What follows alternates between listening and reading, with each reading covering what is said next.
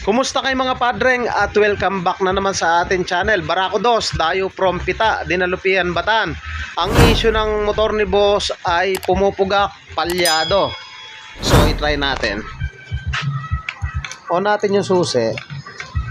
Ang Barako Dos ay battery operated. So start natin. Ayaw umi-start, namamatay. Yan umi-start, namamatay. Try nating sabayan ng silinyador. Tuluyan na. Ayan namamatay.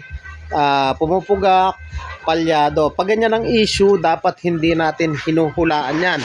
Dapat step by step may guide tayo para matumbok natin yung eksaktong sira niyan. Ang gagawin lang natin, kalimitan ang ginagawa ko dyan, step by step. Dito na muna tayo sa kanyang high tension wire. Check natin yung bato ng kuryente, at least 1 cm yung layo.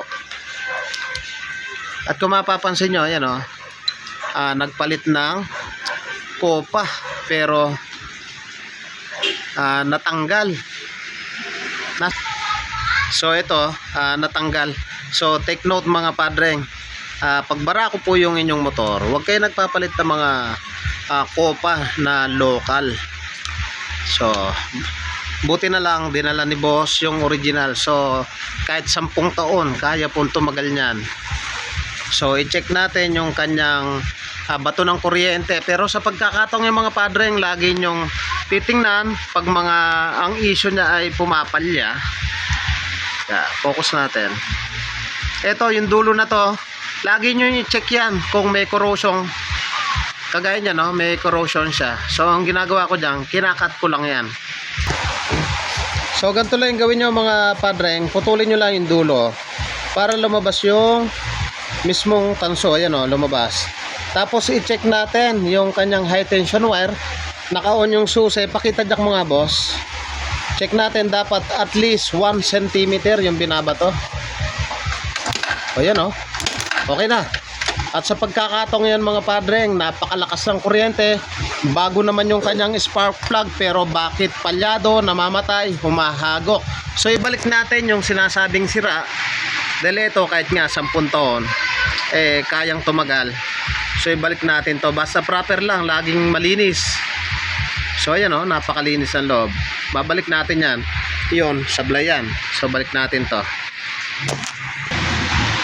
So yung mga padreng, na ibalik na natin, na-adjust na daw tong barbula nito. Linagyan nila ng GIS 12. So sunod naman natin, targetin natin kagad yung kanyang carburetor. So yung mga padreng, ito na yung kanyang carburetor. Ang issue nito, namamatay, walang minor, sumisigok or humahagok. Pansin niyo yung kanyang floater. So wala sa proper alignment. Dapat po yan naka-align, naka-level para mawala po yung hagok. Kalimitan pag sinok, hagok, namamatay, nandyan po yung sikreto sa floater. So papakita ko sa inyo na ile-level natin yan. So ito na mga padreng yung kanyang carburetor. So ang issue nito, hagok, sinok.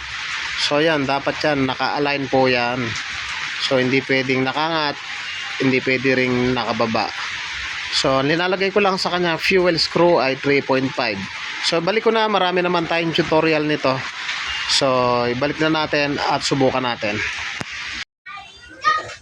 So yung mga padreng, ito na yung Barako Dos na patas-taas yung minor, palyado, namamatay. So pinagawa na to sa isang shop, chinunap daw, ganun pa rin. So ang nakita ko nga, yung kanyang floater masyadong mababa, kaya humahagok. So yun lang ginawa natin dito, dahil nga chinunap naman daw, inadjust naman daw yung barbula, bago na rin yung spark plug. So binalik ko rin yung kopa dahil di naman sira yun. Binalutuan ko lang ng tape dahil nga tumatama dun sa kanyang chassis. Binatak nga pala to yung compression ng spring release, kaya napakatigas padyakan. Pero try natin. Padyak mga boss. Padyak natin kay boss Dayo from Pita. Ayun one click pa rin boss. Huwag kang umawak ng silinyador. Matigas pang tadyakan yan dahil nga binatak yung spring. Tingnan mo. Sige. Nakukuha pa rin So push button mo boss. Ayan o, nakangiti na si boss. Di ko na lang bibidyoan, no? Okay, rev mo boss, rev. Tapos drop idle. Hindi, ulitin mo. Oh, sige. Ayan, ayan. Baba ng minor, oh. Okay, rev mo. Oh, ayan o. Oh, ayan o.